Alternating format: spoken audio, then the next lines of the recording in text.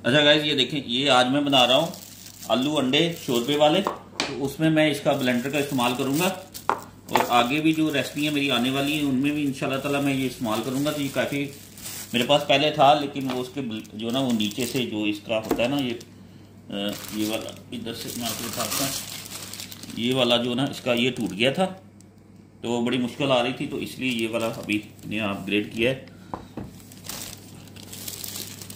मैं अक्सर गरम मसाला भी जो मैंने लास्ट टाइम जो मैंने किया था ग्राइंड, तो वो जो पुराने वाला मेरे पास था न्यूट्रीबुलेट, उसमें मैंने किया था।